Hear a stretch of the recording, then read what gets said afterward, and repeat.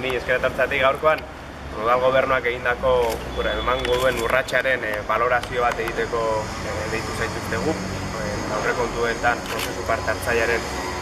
inguruan.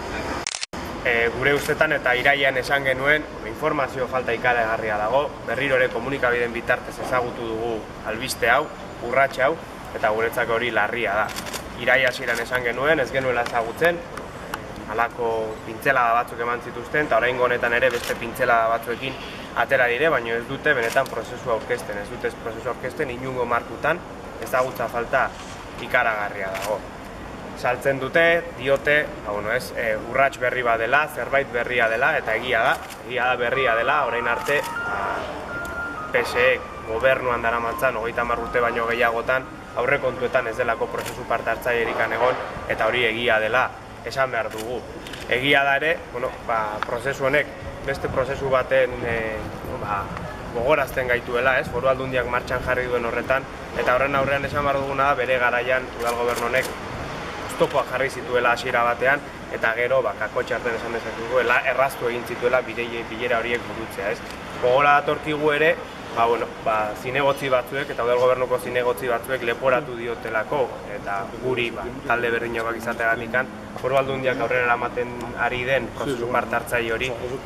kutsu elektorala baduela, azken urtean egiten ari dela, eta horreri erantzuna oso sinplea da.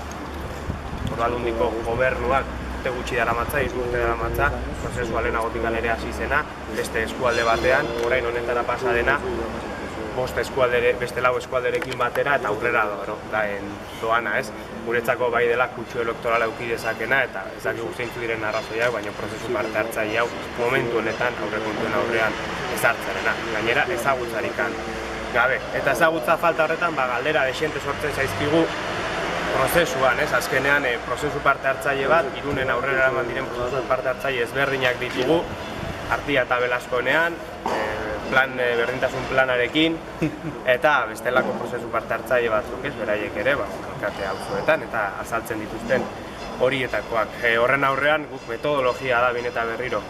mahai gainean jartzen dugula, nola eramango den prozesua aurrera, zalantza da non eta nola erabakiko den, zeinek erabakiko duen, prozesua soilik informatzailea,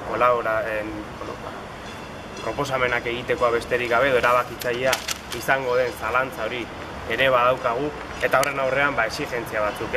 argi gelditzen da, eta Artia eta Belaskoeneako prozesu parte hartzaileekin hala gelditu zen, prozesu parte hartzaile bat izan duzan, erabakiak auzotarrek hartu zituzten, eta ondoren osoko bilkurak horiek aurrera eraman behar zituenean, benetan ez ziren horiek aurrekontuetan islatu, zein izan zen arrazoi ez genekien, baina guk argi daukaguna da, halako prozesu parte hartzaile batean, eta beti ere erabakitzailea baldin bada, eta herritarrek erabaki behar baldin badute, marku horietan,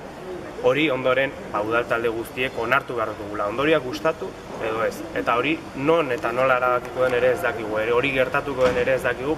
benetan informazio gutxi daukagulako. Erabakitzeko gune horiek ere izan daitezela herritarrek partatuko duten erabakitze guneak, herritarrek eta egingo diren bilera horietan erabakiak bertan hartzea, ondoren udal taldeak gure egingo genituzkenak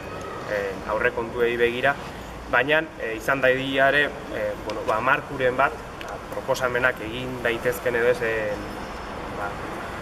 zehaztuko dituenak, eta horretan ere teknikoetaz aparte parte har dezatela herritarrek ere, beraien lehentasunak ere markatuan izateko.